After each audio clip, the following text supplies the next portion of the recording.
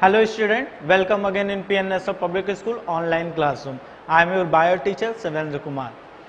Okay, now start the next part, regulation of gene expression. तो हम लोग आज का जो हम लोग का टॉपिक है जिसको स्टार्ट करना है that is the regulation of gene expression. तो आपको इससे पहले के वीडियोस में कई चीजें पता चल गई थी जिसमें हम लोगों ने क्या क्या चीजें पढ़ लिया था. ये क्योंकि ये जो चैप्टर है वो मॉलिक्यूलर बेसिस ऑफ इनहेरिटेंस है. इट मीन्स कि मॉलिक्यूलर के बेसिस पे कैसे क्या होता है कि जो कैरेक्टर्स हैं उनका कैरेक्टर्स एक तरीके से कंट्रोल होता है, रेगुलेट होता है उसमें. तो इनकी जो प्रोसेसिंग होती है उसको हम लोग स्टडी करते हैं और उन प्रोसेसिंग में जो फर्स्ट आता है that is the formation of DNA to DNA. It means the replication. Second one the DNA to RNA, that is the mRNA. It is the transcription and after the transcription formation of the protein. It is known as the translation. तो इन तीनों ही topic को हम लोगों ने discuss कर लिया है. ठीक है, जब तीनों टॉपिक को डिस्कस कर लिया है तो मैकेनिज्म हमें पता चल गया है कि कैसे कैसे चीजें कंट्रोल्ड होती हैं. अब ये समझो इसमें होता क्या है कि जब चीजें कोई भी चीजें हैं जो एक्सप्रेस होती हैं तो जीन के वजह से उनका एक्सप्रेशन होता है. तो इसमें क्या करना है कि इनमें जो जीन रेगुलेशन है, रेगुलेशन ऑफ जीन एक्सप्रेशन, तो फर्स्ट ऑफ ऑल इसमें हम लोगों को क्या स्टडी करना है, वो क्या है, जीन एक्सप्रेशन. ठीक है, जीन एक्सप्रेशन इसको स्टडी करना है. तो सबसे पहले आप ये समझ जाओ कि व्हाट इज जीन एक्सप्रेशन. तो it is the mechanism at the molecular level by which a gene is able to express itself by in the phenotypic of an organism. यानी कि अब समझो ये कि कोई भी ऑर्गेनिज्म है, जो ऑर्गेनिज्म क्या कर रहा है कि खुद को जो जीन है ना वो जीन शो अप करता है. तो शो अप करता है कैसे, शो अप करता है ऐसे कि जो जीन है ना वो जीन क्या करता है, एक फिनोटाइपिक कैरेक्टर्स को शो अप करता है. और वो फिनोटाइपिक जो कैरेक्टर्स होते हैं वो ऑलरेडी उसको देखा जा सकता है. ठीक है, तो वो फिनोटाइपिक कैरेक्टर आपको दिखता है. तो वो क्या होता है कि वो क्यों होता है, वो due to the gene expression, gene expression के वजह से होता है. ठीक है, और जीन एक्सप्रेशन होता क्यों है कि क्योंकि वो पर्टिकुलर जीन क्या करता है, वो स्पेशल टाइप के प्रोटीन को सिंथेसाइज करता है और ये स्पेशल टाइप का प्रोटीन ही हमारे कैरेक्टर को डिसाइड करता है. ठीक है, तो अब जब प्रोटीन स्पेशल होगा तो कैरेक्टर भी स्पेशल होगा. यानी कि स्पेशल प्रोटीन ही स्पेशल कैरेक्टर को शो अप करता है. तो वो किसके वजह से हो रहा है, वो हो रहा है जीन के वजह से. और जीन एक्सप्रेस कब कर रहे हैं, जब उसका एक्सप्रेशन होता है तो उसके वजह से खुद को एक्सप्रेस करने के लिए वो फिनोटाइपिक कैरेक्टर को शो अप करता है किसी भी ऑर्गेनिज्म के अंदर. तो ये आपको समझ में आ गया होगा what is gene expression. Now second one is the gene regulation. अब क्या होता है कि जो जीन एक्सप्रेशन है ये एक्सप्रेशन एक्चुअल में रेगुलेट कैसे होता है, इसका रेगुलेशन कैसा है, तो वो आप समझ जाओ. It is the mechanism of the switching off and on. आप देखो स्विच लगा होता है तो आप लाइट ऑन ऑफ कर सकते, ऐसा ही जो लाइट ऑन ऑफ करते हैं वैसा ही सेम कंडीशंस इसमें होता है कि जो जीन है, ठीक है ध्यान से समझिएगा, जो जीन है वो जीन क्या करता है कि वो उसका जो एक्सप्रेशन है वो शो अप होगा या नहीं होगा, वो किसके थ्रू होता है, उसमें रेगुलेशन होता है और वो ऑन ऑफ होता है. तो ये जो मैकेनिज्म है जीन रेगुलेशन, जो नेक्स्ट है हम लोग जो अभी हम लोग पढ़ना है जीन रेगुलेशन.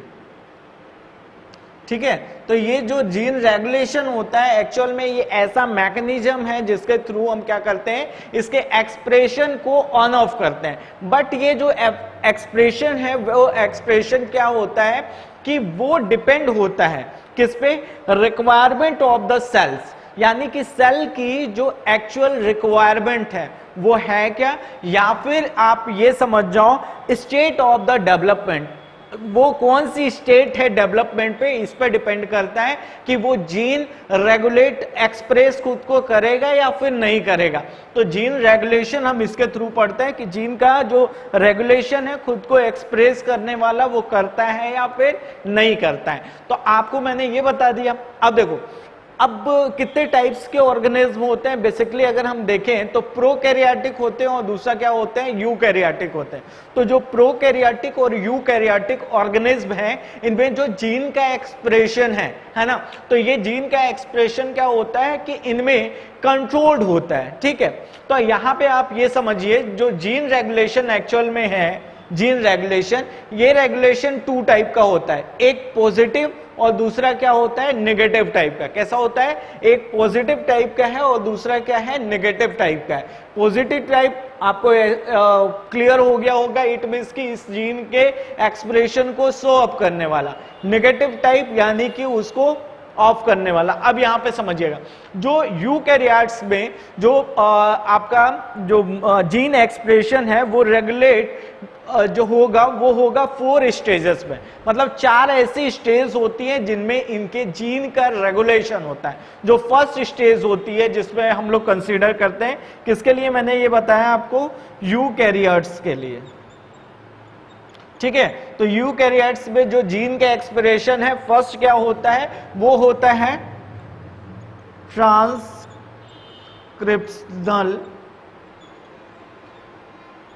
लेवल। ठीक है, पहला क्या होता है, ट्रांसक्रिप्शनल लेवल। और ये जो ट्रांसक्रिप्शनल लेवल होता है ना, वो कैसा होता है, ये होता है प्राइमरी लेवल का, मतलब स्टार्टिंग में ही। ठीक है, प्राइमरी लेवल। ठीक है, स्टार्टिंग में अगर हम देखें तो पहला क्या होता है, ट्रांसक्रिप्शनल लेवल। ठीक है, first one is the transcriptional level. Second अगर हम लेके चले तो इसमें क्या होता है, अगला प्रोसेसिंग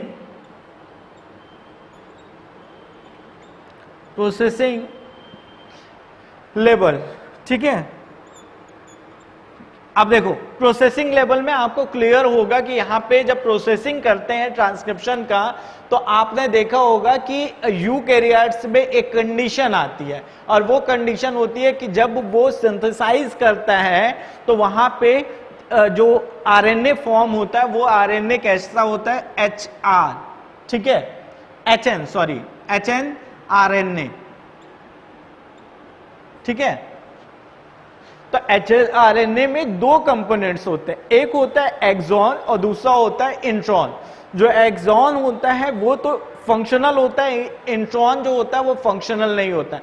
तो अब एक्टिव जो एमआरएनए की जो सिंथेसिस होती है उनमें क्या होता है कि ये जो इंट्रॉन है इस इंट्रॉन को रिमूव किया जाता है, और रिमूविंग ऑफ इंट्रॉन जो होता है उसी के थ्रू इसमें इसको कंट्रोल किया जाता है। यानी कि यहां पे क्या होगा, रेगुलेशन ऑफ स्प्लिसिंग। ठीक है, splicing is the function by which the removal of intron occur. ठीक है, तो यहां पे आपका हो गया, स्प्लिसिंग के थ्रू हो गया। सेकेंड थर्ड जो होता है, 4 स्टेज बोला ना, तो फर्स्ट आपको बता दिया कि प्राइमरी लेवल पे ही स्टॉप हो जाता है ट्रांसक्रिप्शन। सेकेंड मैंने बताया कि प्रोसेसिंग लेवल पे, यानी कि रेगुलेशन ऑफ जो स्प्लिसिंग होती है, यानी कि रिमूवल ऑफ इंट्रॉन की वो एक्टिव हो जाए एमआरएनए, तो वो वहां पे इस लेवल पे भी रेगुलेट हो सकता है। नेक्स्ट जो लेवल होता है वो होता है transport of mRNA from nucleus to cytoplasm. अब ध्यान से सुनिएगा, मैंने आपको बताया क्या कि यहां पे क्या होता है कि जीन खुद को रेगुलेट या एक्सप्रेस कब करता है, जब वो प्रोटीन की सिंथेसिस करता है, यानी कि तीनों कंप्लीट हो जाए। क्या, ट्रांसक्रिप्शन कंप्लीट हो, उसके बाद ट्रांसलेशन भी कंप्लीट हो जाए, यानी कि डीएनए से ही वो फॉर्म होना है, तो डीएनए का फॉर्मेशन तो हो गया, वो रेप्लिकेशन हो गया, सेकंड ट्रांसक्रिप्शन हो गया, और थर्ड क्या हो गया, ट्रांसलेशन हो गया। ट्रांसलेशन के बाद ही प्रोटीन की सिंथेसिस होती है और वो प्रोटीन ही कैरेक्टर्स को शो अप कराता है। तो यहां पे क्या होगा, अगला जो स्टेप होता है कि अब देखो एमआरएनए क्या होगा, एमआरएनए न्यूक्लियस से उसका ट्रांसपोर्टेशन हो, और ट्रांसपोर्टेशन होने के बाद वो कहां पहुंचे, साइटोप्लाज्म में, क्योंकि साइटोप्लाज्म में ही प्रोटीन की सिंथेसिस होती है। कहां पे, साइटोप्लाज्म में। तो यहां वहां से इसमें ट्रांसपोर्टेशन है, अगर वहां पे भी स्टॉप कर दिया जाए तो ये जीन का जो एक्सप्रेशन है वो रुक जाएगा, क्योंकि वहां पे ट्रांसलेशन आपको नहीं दिखाई देगा। अब अगला जो होता है step, that is the translation. वो कौन सा हो गया, ट्रांसलेशन हो गया। तो ये पूरा का पूरा स्टेप हो गया, transcriptional level first, processing level second, third is the transport of mRNA from the nucleus to the cytoplasm, and last one is the translation. ठीक है, इन 4 स्टेप के थ्रू क्या होता है, इनमें ये डिसाइड होता है कि वो जो है, जो ऑर्गेनिज्म है, उस ऑर्गेनिज्म में जीन जो है वो खुद को एक्सप्रेस करेगा या फिर नहीं करेगा। इट मींस कि जो जीन का रेगुलेशन हुआ वो ये 4 स्टेप से हुआ, किनमें, वो हुआ है यूकैरियोट्स में। ठीक है, क्योंकि यूकैरियोट्स कैसे थे, आपको पता था कि मोनोसिस्टोनिक होते हैं। बट अगर हम बात करें किसकी बात करें, अगर हम प्रोकैरियोट्स की, तो प्रोकैरियोट्स के केस में हम लोगों ने कंसीडर किया था, यही लिखा था मैंने, प्रोकैरियोट्स के केस में हम लोगों ने कंसीडर किया था, और वो कंसीडर क्या किया था कि उनमें क्या होता है, पॉलीसिस्टोनिक कंडीशन होती है। ठीक है, पॉलीसिस्टोनिक कंडीशन है। तो ये आपका एक हो गया। अब देखो, अब यहां पे एक तो आपको पता चल गया कि यूकैरियोट्स के केस में जीन का एक्सप्रेशन कहां कहां पे रेगुलेट हो रहा है और किस तरीके से हो रहा है। अगला जो हम लोगों को पढ़ना है वो पढ़ना है जीन रेगुलेशन इन प्रोकैरियोट्स। किसमें पढ़ना है हम लोगों को, जीन रेगुलेशन इन प्रोकैरियोट्स। तो उसको हम लोग पढ़ते हैं, ये आपको क्लियर हो गया होगा अच्छे से। देखो स्टेप वाइज है, एक एक चीजें जो आ रही हैं स्टेप वाइज आ रही हैं, जिससे कि आपका पूरा का पूरा जो चीजें हैं वो पूरा क्लियर होते जाए। तो अगला हम लोग का क्या है, वो है जीन रेगुलेशन इन प्रोकैरियोट्स। ठीक है, तो ये प्रोकैरियोट्स में जो जीन का रेगुलेशन होता है उसको आप समझिए। जो जीन का रेगुलेशन है किसमें है, प्रोकैरियोट्स के केसेस में, वो कैसे होता है उसको आप समझ जाओ कि जो जीन का रेगुलेशन है ना, ठीक है, प्रोकैरियोट्स के केस में वो ऑपरेट होता है, वो रेगुलेशन ऑपरेट होता है ओपेरॉन सिस्टम के थ्रू। किसके थ्रू ऑपरेट होता है भाई, ओपेरॉन सिस्टम के थ्रू। किसमें, प्रोकैरियोट्स में। तो प्रोकैरियोट्स के केसेस में जो है वो क्या होता है कि जो जीन का एक्सप्रेशन है, कि जीन का एक्सप्रेशन किससे रेगुलेट होता है, ओपेरॉन सिस्टम से। ठीक है, तो ये आपको मैं बता दूं कि फर्स्ट ऑफ ऑल जो ओपेरॉन सिस्टम है वो कब दिया गया था, वो प्रपोज्ड किया गया था 1961 में। ठीक है, किसने दिया था इसको वो जान लीजिए, जैकब एंड मोनार्ड। ठीक है, जैकब एंड मोनार्ड ने इसको प्रपोज किया था, इसको 1961 में, किसको, ओपेरॉन सिस्टम को। और इसके लिए इन दोनों को अवार्ड दिया गया था, कौन सा, नोबेल प्राइज। ठीक है, तो नोबेल प्राइज इनको मिला था 1965 में। ठीक है, 1965 में इनको अवार्ड दिया गया, नोबेल प्राइज इनको डिस्ट्रीब्यूट किया गया। किसके लिए, वो दिया गया था ओपेरॉन सिस्टम के लिए। तो आपका ओपेरॉन सिस्टम, आपको मैं बता दूं first of all what is the operon system.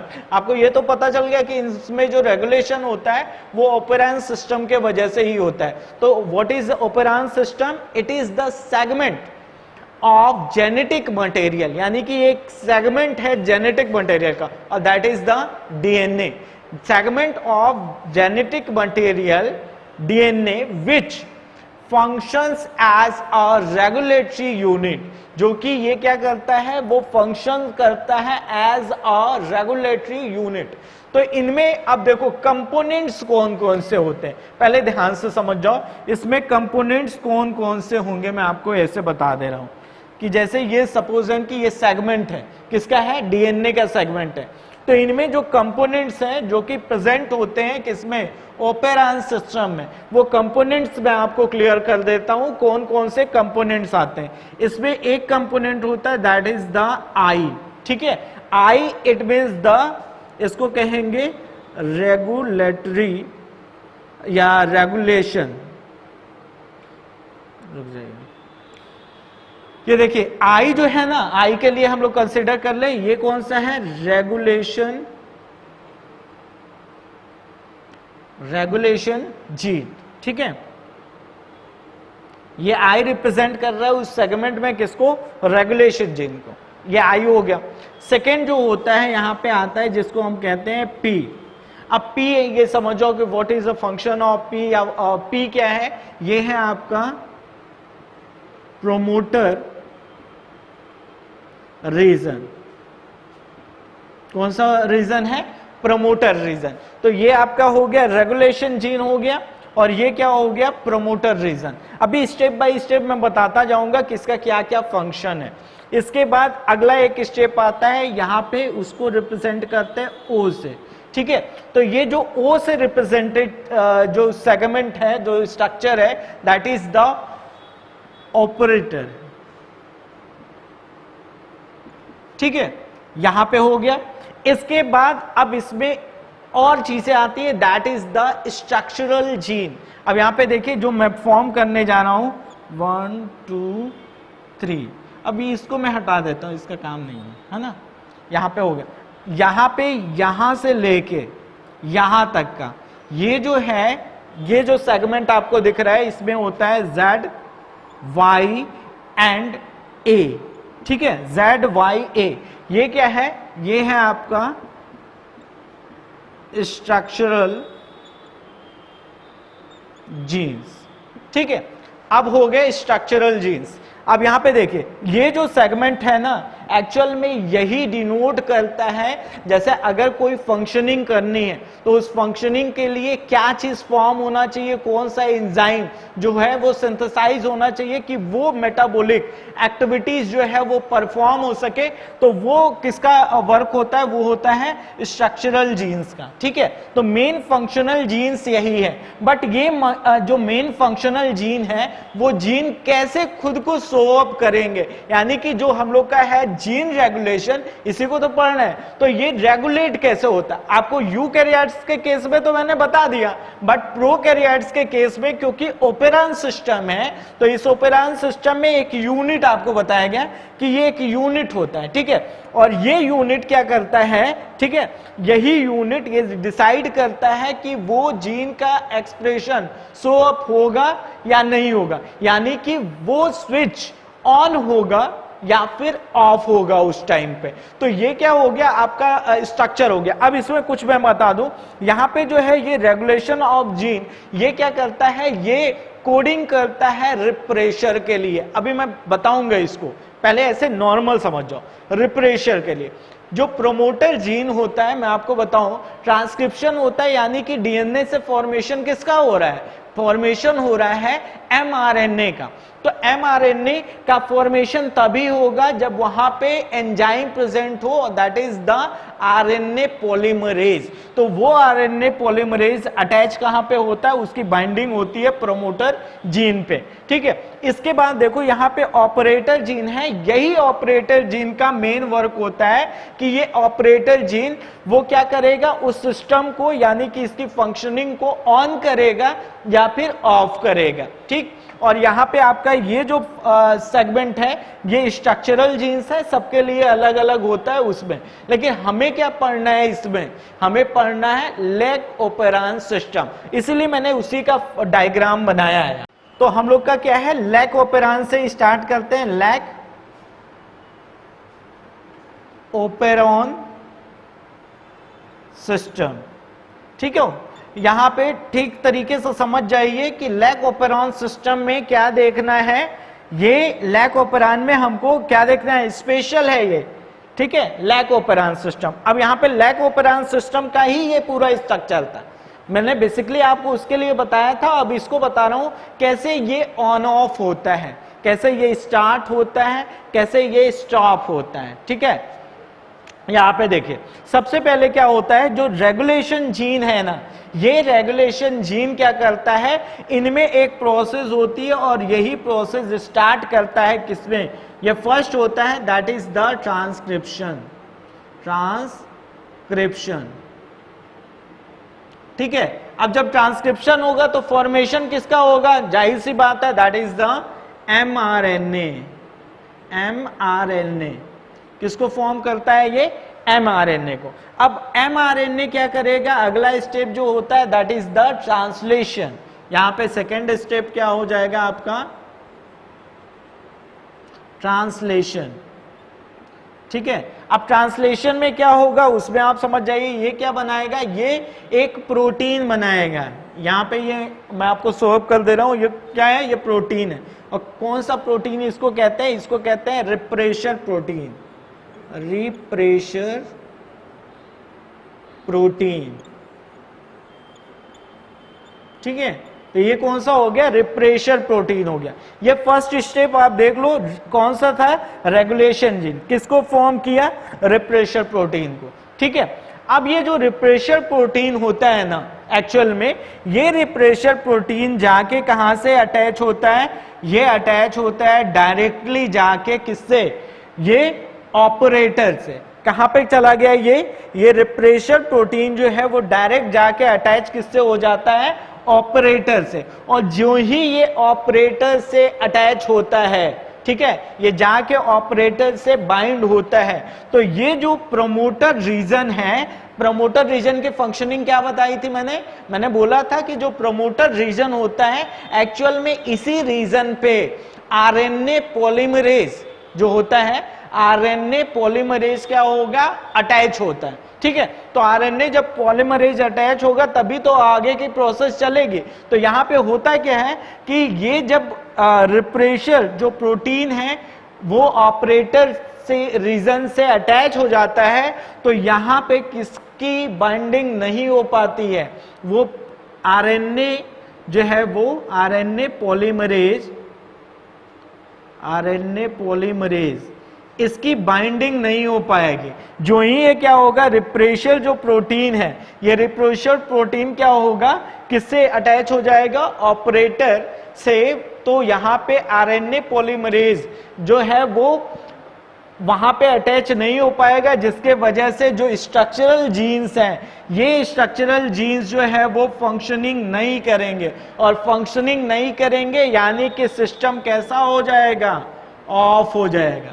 System कैसा रहेगा, ऑफ हो जाएगा। किस कंडीशन में, जब क्या हो, रिप्रेशर प्रोटीन का फॉर्मेशन हो। ध्यान से सुनिएगा, रिप्रेशर प्रोटीन का फॉर्मेशन हो और ये रिप्रेशर प्रोटीन डायरेक्टली जाके अटैच हो जाए ऑपरेटर से, और वहां पे क्या हो जाएगा, ये पूरे के पूरे जो सिस्टम है, ये सिस्टम कैसा हो जाएगा, ऑफ हो जाएगा। क्या होगा, ऑफ होगा। अब देखो नाम क्या है इसका, लैक ओपेरॉन सिस्टम।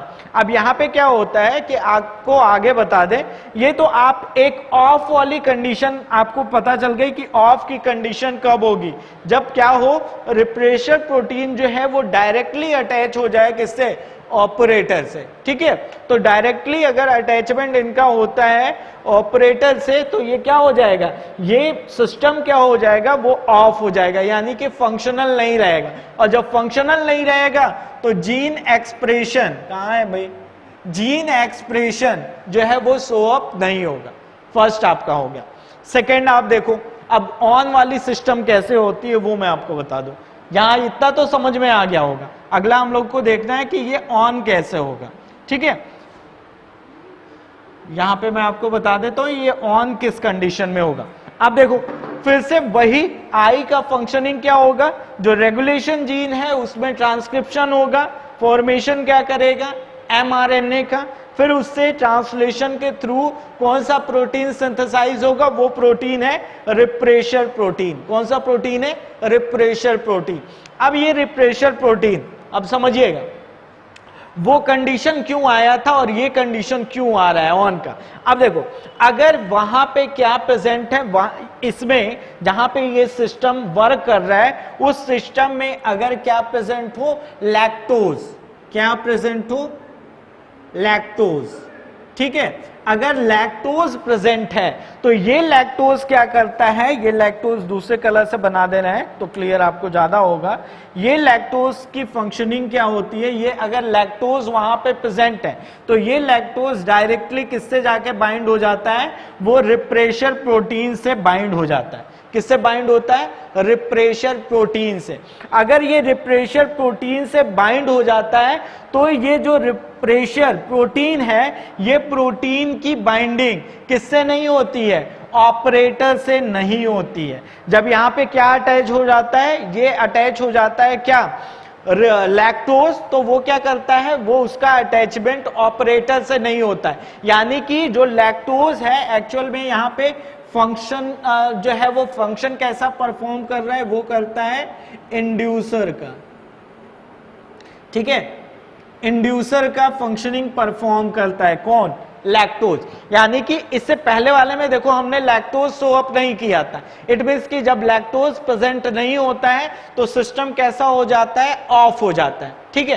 बट अगर वहां पे क्या प्रेजेंट हो, वहां पे लैक्टोज प्रेजेंट हो, तो इस कंडीशन में वो क्या करता है, वो एज अ इंड्यूसर वर्क करता है और वो डायरेक्टली जाके किससे बाइंड हो जाता है, वो बाइंड हो जाता है रिप्रेशर प्रोटीन से। और अगर वो रिप्रेशर प्रोटीन से अटैच हो गया, ध्यान से समझिएगा, अगर वो रिप्रेशर प्रोटीन से अटैच हो गया तो ये रिप्रेशर प्रोटीन किससे नहीं अटैच होगा, ऑपरेटर से। और अगर वो ऑपरेटर से अटैच नहीं हुआ, इट मींस कि यहां जो पी साइट है, ठीक है, यानी कि जो प्रमोटर साइट है, उस प्रमोटर साइट से किसका अटैचमेंट हो जाएगा, अटैचमेंट होगा आरएनए पॉलीमरेज। इससे पहले वाले में मैंने कट किया था, यानी कि वो अटैच नहीं हो रहा था। बट ये जब फ्री रहता है तो ये क्या करता है, आरएनए पॉलीमरेज जो है वो पी वाले साइट से जाके अटैच हो जाता है। और जो ही पी साइट से अटैचमेंट होता है आरएनए पॉलीमरेज का, तो ये जितने जीन्स हैं, ये जीन्स क्या करते हैं, ये प्रोटीन को सिंथेसाइज करना शुरू कर देते हैं। और वो क्या क्या चीजें फॉर्म करते हैं वो समझ जाइए। इसमें जो जेड है, ठीक है, जो जीन जेड है, स्ट्रक्चरल जीन है, वो क्या फॉर्म करेगा, वो फॉर्म करेगा बीटा ग्लैक्टोज, ग्लैक्टोसाइडेज। क्या है, बीटा ग्लैक्टोसाइडेज। एज से आपको क्लियर हो जा रहा है ये क्या है, एंजाइम है।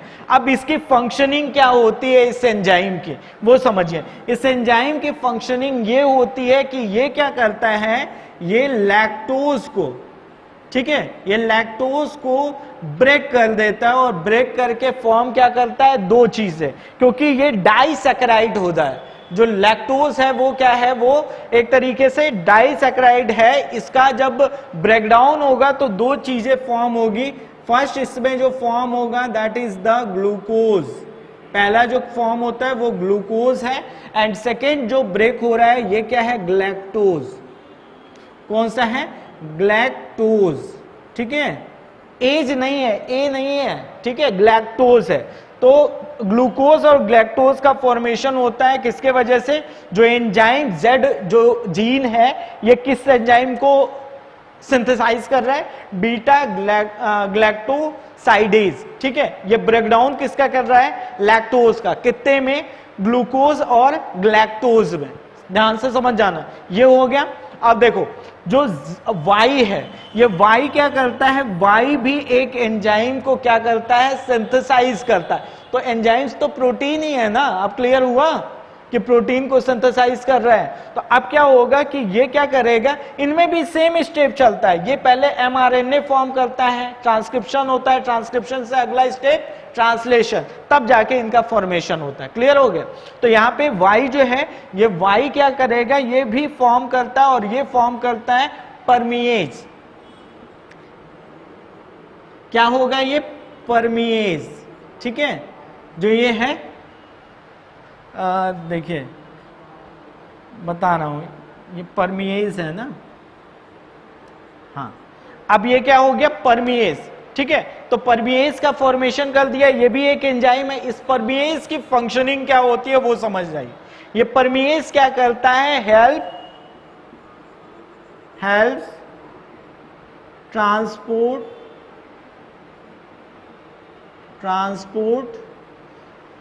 ऑफ मेटाबोलाइट्स,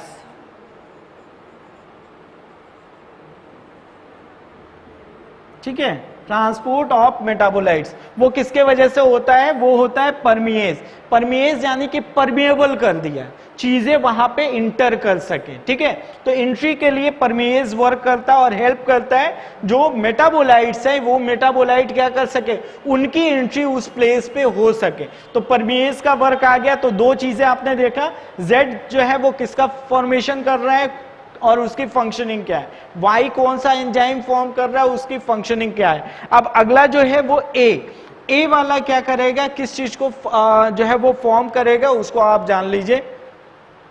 ये क्या करेगा,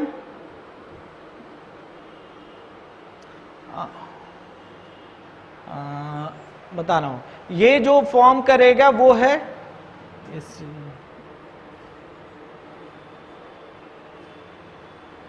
हाँ, ट्रांस एसाइटिलेज, ठीक है। ये किसको फॉर्म कर रहा है, किसके वजह से, ए के वजह से। अब इसकी फंक्शनिंग क्या होती है वो आप समझ जाइए। ये क्या करता है, ट्रांसपोर्ट ऑफ जो है एसिटिल ग्रुप, ठीक है। ट्रांसपोर्ट ऑफ क्या है, एसिटिल ग्रुप को ट्रांसपोर्ट करने का वर्क करता है। यानी कि ये तीनों के तीनों आपका जो है वो स्ट्रक्चरल जीन अलग अलग जो है वो प्रोटीन को सिंथेसाइज कर रहे हैं। प्रोटीन इट मींस की एंजाइम को सिंथेसाइज कर रहे हैं और इस एंजाइम की फंक्शनिंग अलग अलग है। क्लियर हो गया ये। तो इनकी फंक्शनिंग जो होती है वो आपको अलग अलग दिखाई दे गई। और ये कब होता है, ये अगर ये अपनी फंक्शनिंग को जो है वो परफॉर्म कर रहे हैं, इट मींस कि यहां पे जो जीन का एक्सप्रेशन है वो एक्सप्रेशन क्या होता है, शो अप होता है। यानी कि यहां पे ये जो सिस्टम है, ओपेरान सिस्टम, वो स्विच ऑफ वाले मोड में नहीं है,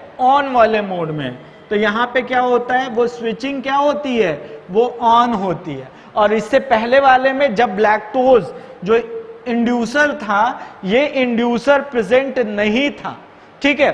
तो सिस्टम कैसा था, वो था ऑफ के कंडीशन में। और ये कैसा हो गया, जब इंड्यूसर प्रेजेंट है तो ये सिस्टम कैसा हो गया, ये ऑन की कंडीशन में हो गया। तो ये आज हम लोगों ने कौन सा स्टडी कर लिया, हम लोगों ने रेगुलेशन ऑफ जीन एक्सप्रेशन।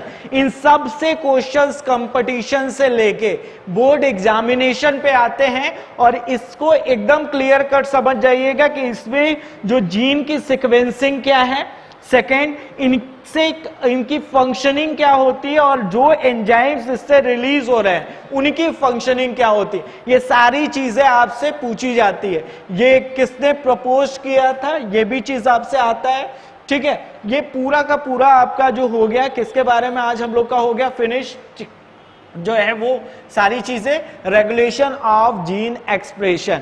तो ये रेगुलेशन ऑफ जीन एक्सप्रेशन आज हम लोग का फिनिश हो गया। अब देखिए इसका जो नोट्स है वो नोट्स आपको डिस्क्रिप्शंस में मिल जाएगा। और इसके साथ साथ आप एनसीईआरटी जरूर रीड कीजिएगा, ठीक है, वो मस्ट है। एनसीईआरटी आप रीड कीजिएगा।